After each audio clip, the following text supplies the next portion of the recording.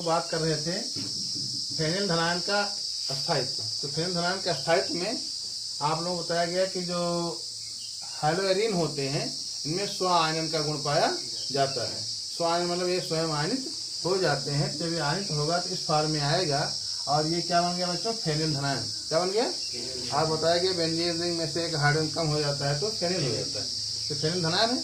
Phenyl धनायन अन्नादि संरचना के कारण अस्थायित्व प्राप्त नहीं कर पाता। ध्यान दीजिए हमारी बात, ये अन्नाद के द्वारा स्थायित्व, इसकी अन्नादि संरचनाएं बनेंगी नहीं बनेंगी? बनेंगी। अभी जिससे बनाया गया था 3-4 संरचनाएं, वैसे इसकी भी अन्नादि संरचनाएं बनेगी। लेकिन यह अन्नादि संरचना मतलब अन्नाद की घटना द्वारा यह स्थायित्व प्राप्त स्टेबल नहीं हो पाता, स्थायित्व प्राप्त नहीं कर पाता। ठीक, इसीलिए न्यूक्लियोफिलिक सब्स्टिट्यूशन रिएक्शन देने में दिक्कत होती है। बात समझ पा गए? इसके बाद लास्ट हमारे पास है, ध्यान दीजिएगा, जो न्यूक्लियोफाइल होता है बेटा उस पर चार्ज होता है माइनस।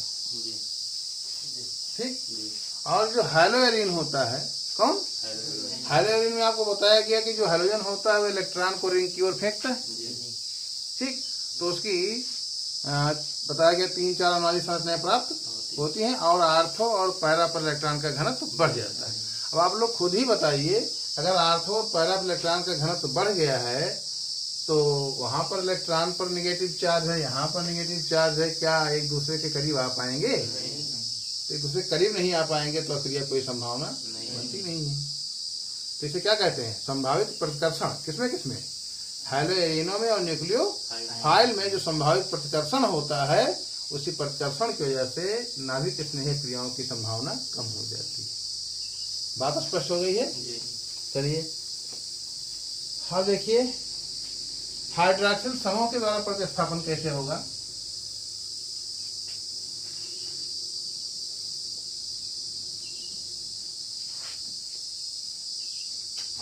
हाइड्रॉक्सिल समूह द्वारा प्रतिस्थापन।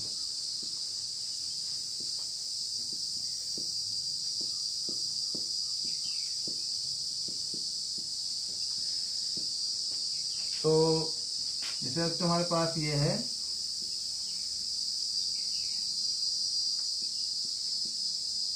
कोई हैलोएरिन जैसे कि हमने ले लिया क्लोरोबेंजीन, क्या ले लिया? इसकी मैं क्रिया करा दूं किससे? NaOH से।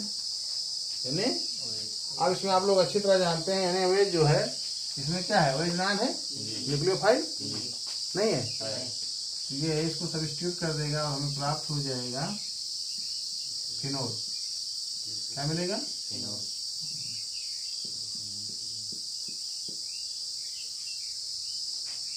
और ये ध्यान रखिएगा कि ये 623 केल्विन, 623 केल्विन और 300 एटमॉस्फेयर दाब पर यह क्रिया संभव होगी। कितने पर? 623 केल्विन और 300 वायुमंडलीय दाब पर। ठीक, और एक चीज मस्ट होगा H धनायन। क्या होगा? H धनायन। ठीक, तो यह क्रिया संभव होगी और मिलेगा हमें फिनोल। अच्छा, आर्थो और पैरा से अभी बताया गया कि जो हैलोएरिन होता है उनमें आर्थो और पैरा स्थितियों पर इलेक्ट्रॉन का घनत्व बढ़ जाता है। जब अन्नादि घटना घटती है, जब क्लोरीन अपने इलेक्ट्रॉन को रिंग की ओर फेंकता है तो जो अन्नादि संरचनाएं बनती हैं उसमें आर्थो और पैरा पर इलेक्ट्रॉन का घनत्व बढ़ जाता है। अगर जहाँ पर इलेक्ट्रॉन का घनत्व बढ़ रहा है, अगर मैं वहाँ पर इलेक्ट्रॉन अपनयक समूह लगा दूँ, ध्यान दी हमारी बात, कैसे समूह लगा दूँ? इलेक्ट्रॉन अपनयक समूह, जो इलेक्ट्रॉन को क्या करे? अपनी ओर आकर्षित करे, हैं? तो वहाँ के जो ऋणावेश का चार्ज है, ऋणावेशी जो चार्ज है उस चार्ज को घटाएगा। बोलिए, क्योंकि वो इलेक्ट्रॉन क्या करे? अपनी ओर खींच लेगा। तो वहाँ के ऋणावेश को कम करेगा अर्थात धनावेश को बढ़ाएगा। दूसरे शब्दों में हम कह सकते हैं ऋणावेश को घटाएगा या धनावेश को बढ़ाएगा, तो इलेक्ट्रोफिलिक सब्स्टिट्यूशन रिएक्शन की संभावना बढ़ जाएगी। बात समझ पाए? जैसे कि हमारे पास है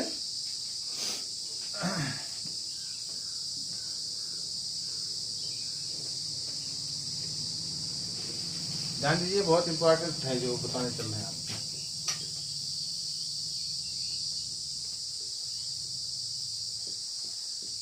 ये हमारे पास क्लोरोबेंजीन हो गया, यहाँ हमने लगा दिया एक ग्रुप NO2। क्या लगा दिया? Nitro group.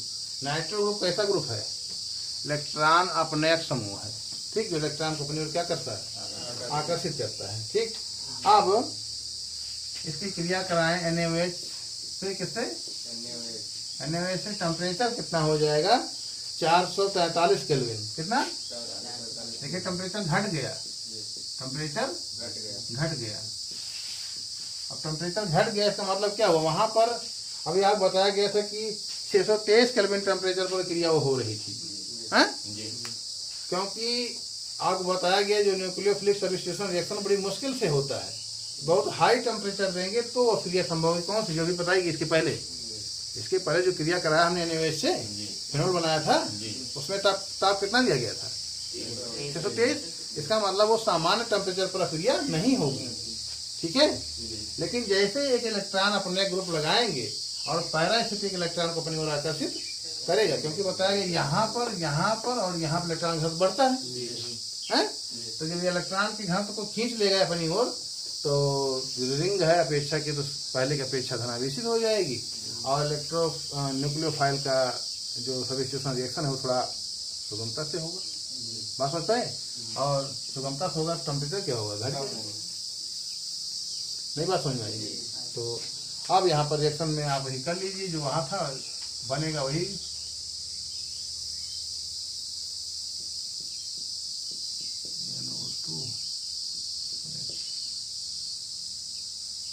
ठीक है, ये आपका रिएक्शन हो गया।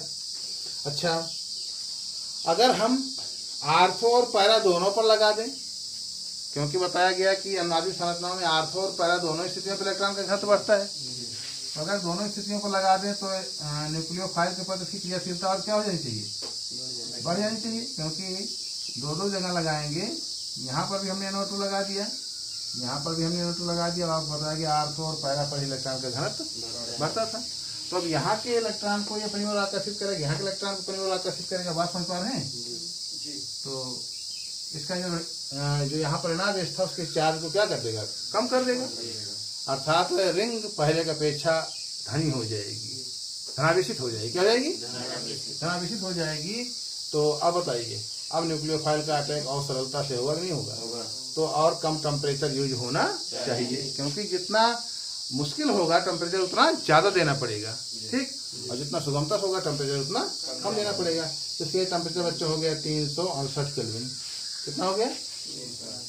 368 केल्विन हो गया टेम्परेचर। NaOH 368 kelvin H। अब देखिए, पहले में 623 केल्विन था, इसमें 443 हो गया, इसमें 368 हो गया।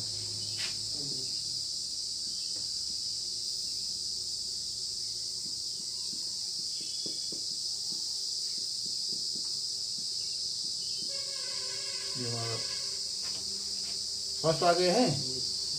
सब में बाहर क्या हो रहा है? NaCl क्या बाहर हो रहा है? Na और Cl सब में बाहर हो रहा है। बात समझ पा रहे हैं? सब में NaCl बाहर हो रहा है। क्या बाहर हो रहा है? अच्छा, अगर आप तीनों जगह लगा दें, जितनी आर्थो पैरा स्थितियां हैं सब पे NO2 लगा दें, ठीक।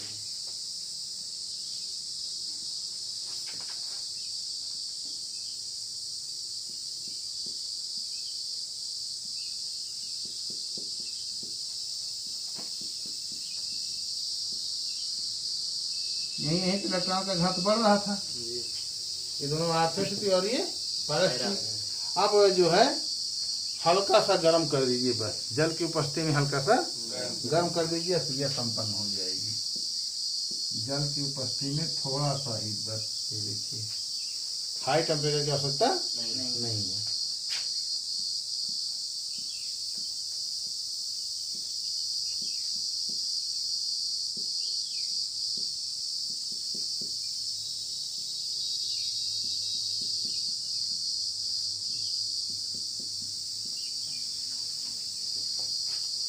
समझ गए हैं? ये रिएक्शन संपन्न हो जाएगा।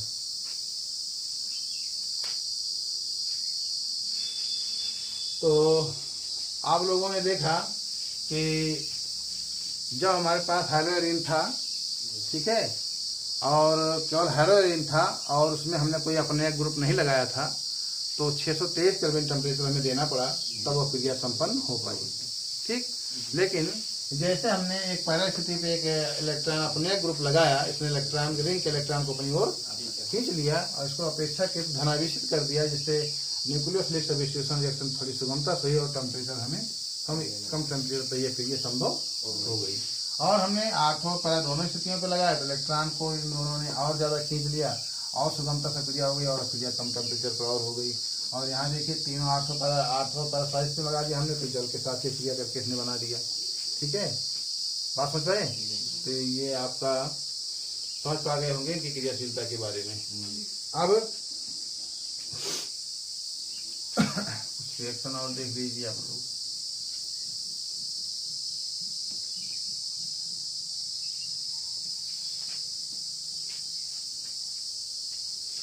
जब NO2 समूह कौन सा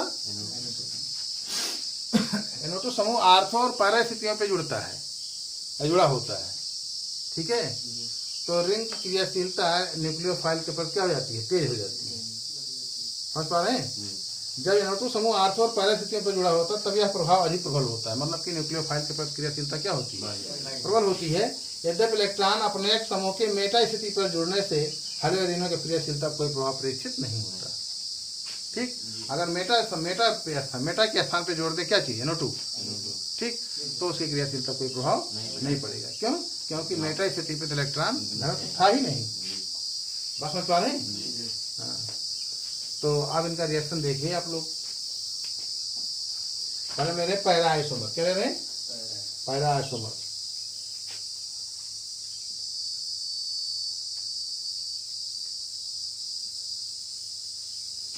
थोड़ा बड़ा बढ़ाना पड़ेगा, नहीं बैठेगा।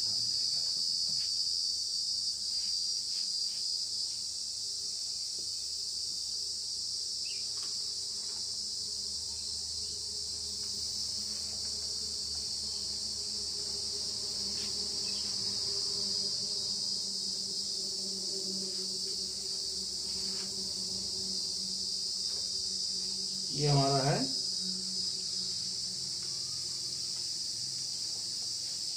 NO2, ठीक है। अब इस पर हम न्यूक्लियोफाइल का अटैच लाएंगे, प्लस OH पे कौन सा चार्ज है? नेगेटिव। ये क्या है? न्यूक्लियोफाइल। ठीक, तो देखिए क्या रिएक्शन होंगे, क्या संभव होगा प्रक्रिया इसमें। तो इसमें इसकी प्रवृत्ति क्या है? इलेक्ट्रॉन को रिंग की ओर फेंकने की, इलेक्ट्रॉन को रिंग की ओर फेंकने की। तो यहाँ पर देखिए कंडीशंस क्या क्या बन जाएंगी हमारे पास। इलेक्ट्रॉन इधर फेंकेगा तो इस यहाँ double bond, partial double bond हो जाएगा, इस पर धनावेश हो जाएगा, ठीक, और यहाँ पर इलेक्ट्रॉन आ जाएगा। समझ पा रहे हैं? तो यहाँ पर यहीं पर जा करके कौन अटैच हो जाएगा? OH, क्योंकि यहाँ पर धनावेश है। समझ पा रहे हैं? तो वहाँ पर OH और Cl दो बॉन्ड हो जाएंगे, यहाँ पर Cl और OH,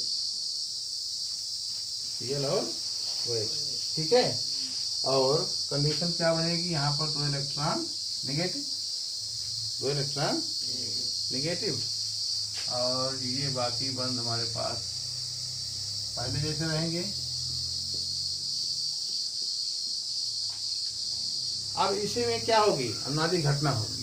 क्या होगी? इसी में अनुनादी घटनाएं घटेंगी और क्या क्या रूप प्राप्त हो सकता है।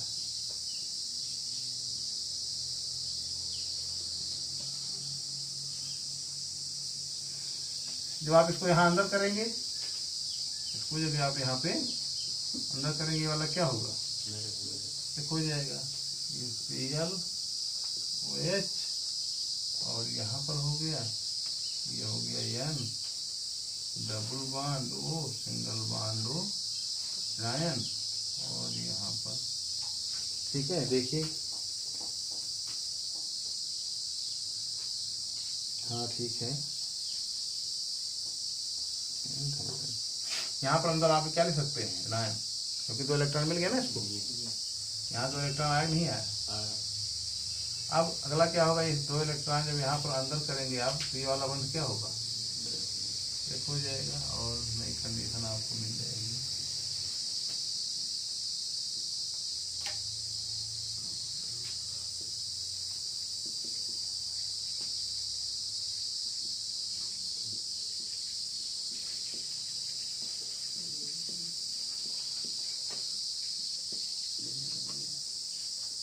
फिर आप इसको करेंगे अंदर।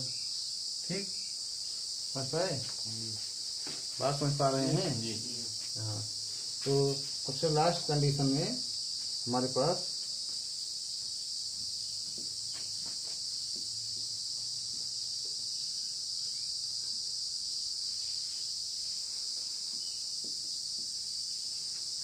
देखिए, पहली कंडीशन हमारी ये थी, ठीक है।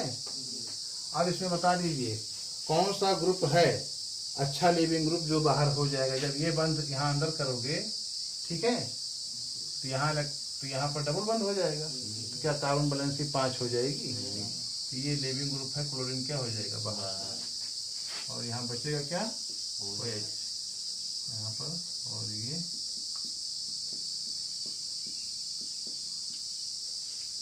ये कंडीशन में आ जाएगा आपका। ठीक, और लिविंग ग्रुप हो गया कौन सा, Cl- बाहर। समझ पा गए हैं? तो इसमें अगर ना समझ में आया फिर से सुन लीजिए। ये न्यूक्लियोफाइल है, ये पैरा आइसोमर, किस पर, पैरा। हमने नाइट्रो ग्रुप को कहाँ जोड़ा है, पैरा स्थिति पे, इलेक्ट्रॉन अपने ग्रुप पे ये। ठीक, जब न्यूक्लियोफाइल अटैक करेगा, ठीक है, तो यहाँ पर आपको बताया गया पहले इसका क्या रूप होगा, यहाँ पर लोन पेयर है कि नहीं इसके पास, तो इलेक्ट्रॉन को रिंग की ओर फेंकेगा, इस पर प्लस चार्ज आएगा, नहीं आएगा। तो यहाँ पर डबल बॉन्ड पार्शियल आएगा, लेकिन यहाँ डबल बॉन्ड पार्शियल की जरूरत नहीं है, क्योंकि जो एक लोन पेयर फेंकेगा जो डबल बॉन्ड बनाता था वही डबल बॉन्ड किसको मिल जाएगा, ठीक है। दाव 100 क्या हो जाएगा, कैंसिल। ठीक, और यहाँ पे जाके अटैच हो जाएगा, लेकिन जैसे ही अटैच होगा तो ऐसे अनुनादी प्रक्रिया शुरू हो जाएगी, क्योंकि किसी एक को बाहर होना है, तो ये बंद टूट जाएगा। यहाँ पर ऐसी प्रक्रिया होगी, फिर ऐसा होगा, फिर ऐसा होगा, अंत में क्लोरीन लिविंग ग्रुप के रूप में बाहर हो जाएगा, और ये आपको प्राप्त हो जाएगा नाइट्रोफिनॉल। क्या नाम है, नाइट्रोफिनॉल। बात समझ में आ गई है? चलिए, अब हम लेंगे आर्थो आइसोमर। क्या लेंगे, आर्थो आइसोमर।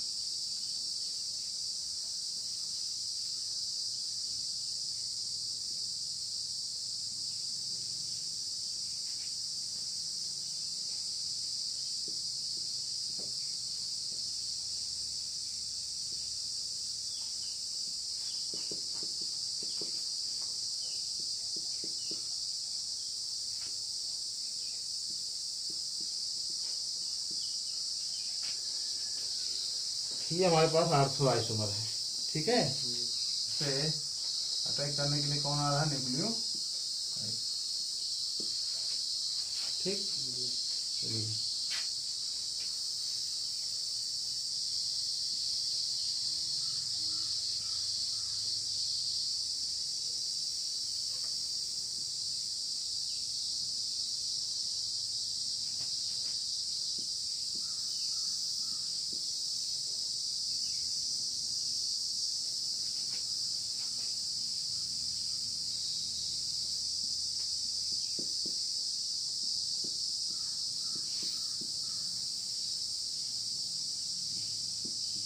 ये कंडीशन हो जाएगी पहले, देखिए, ठीक है। जैसे ये पे जुड़ेगा वैसे यहाँ का बंद क्या होगा, ब्रेक हो जाएगा, और फिर जब ये यहाँ पर क्या बनाएगा, बंद, ये वाला ब्रेक हो जाएगा।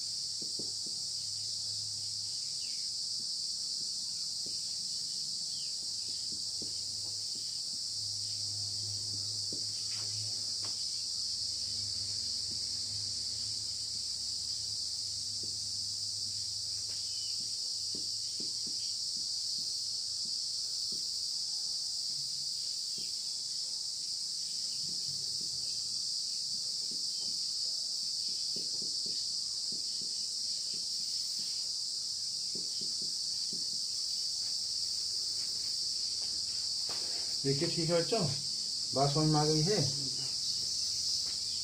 चलिए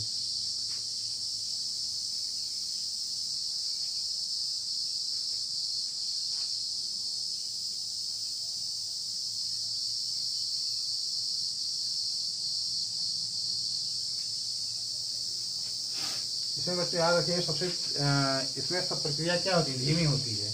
जो सबसे लास्ट जब लेविंग ग्रुप बाहर होता है, ये प्रक्रिया क्या होती है, तीव्र होती है। क्या होती है? ये तीव्र चरण होगा। यहाँ पर सीआर माइनस बाहर, यहाँ बाहर हो रहा है, यहाँ बाहर, यहाँ से क्रियाएं तीव्र हो जाएंगी। इसके पहले क्रियाएं क्या रहेंगी, स्लो रहेंगी। ठीक, धीमे धीमे होगी। इसके बाद देखो मेटा भी देख लीजिए, जैसे बताया गया मेटा पर इलेक्ट्रॉन अपने ग्रुप लगने से कोई परिवर्तन होता नहीं है, लेकिन देख लीजिए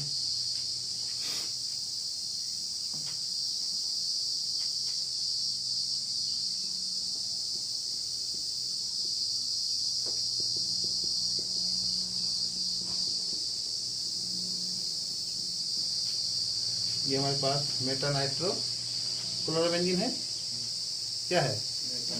मेटा नाइट्रो क्लोरोबेंजीन।